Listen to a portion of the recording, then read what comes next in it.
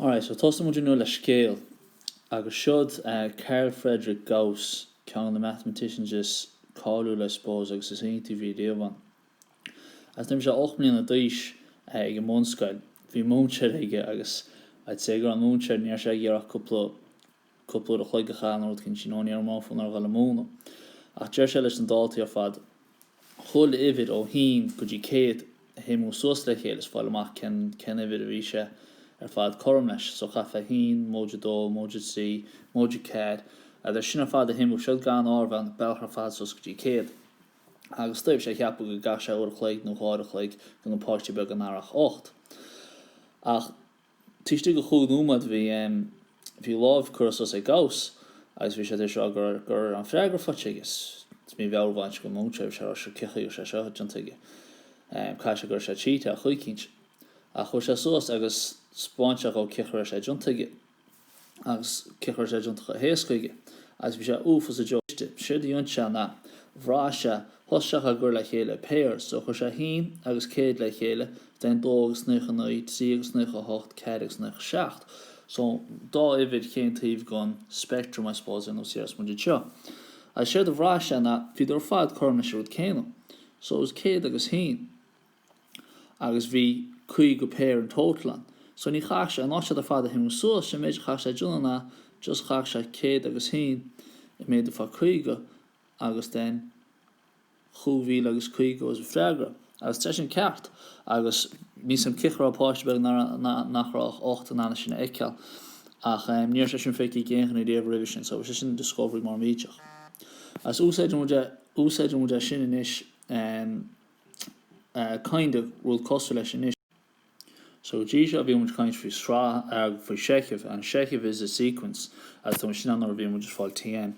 It should now to kind for srahana agus should series should never been sarn chulle iver bos a shechiv behimu suas and also be a gauss jonna o hin guji kid. Agus that formula jazz handy and leis sinai brumach. Bug an jifrucht on TN, so SN is lahoid the sra, TN is lahoid the shechiv. As just go much agus D at east. As then cromwich much onadu an the hebrachust in cho. So my home ma huktur shechiv hona will say kug 8 hineg karjeg ...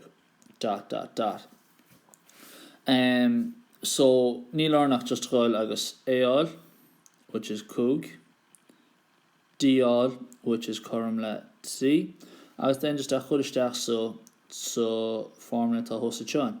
So by SN by sha kormla N har do ar fad fa do A, which is do fa kug, moja N luja hin fa D, doing brackets. Sorry, D, which is D, which is C, so chasha. Alright, put on from which skrif.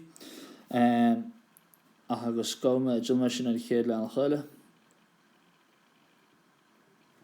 So the SN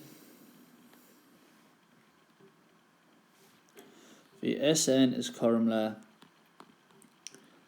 N har do fa kug which is J, moja N luja hin fa D, which will be kormla CN luja C. Alright, so then by N har do fa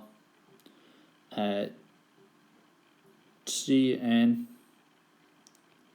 moja shacht. That's our Shinata SN Kormash, alright? Now, Machurtur Kesh starts to care the S a fi, well then you come just fichurstach notch N, so Chashab a fi har do fa C fa fi mod shacht, doing brackets. So Shin J made the fa Shasko mod shacht is Kormash Shasko shacht. So Jefa Shasko would be Karmla Sheikhed Shacho. So should he answer shin na chéad fi chairmo so shekhiv ar fad simi le chéile is cormna shechéad shacho. Alright, that's just an obviously avoidance reaction a cholichan a hemosos individually.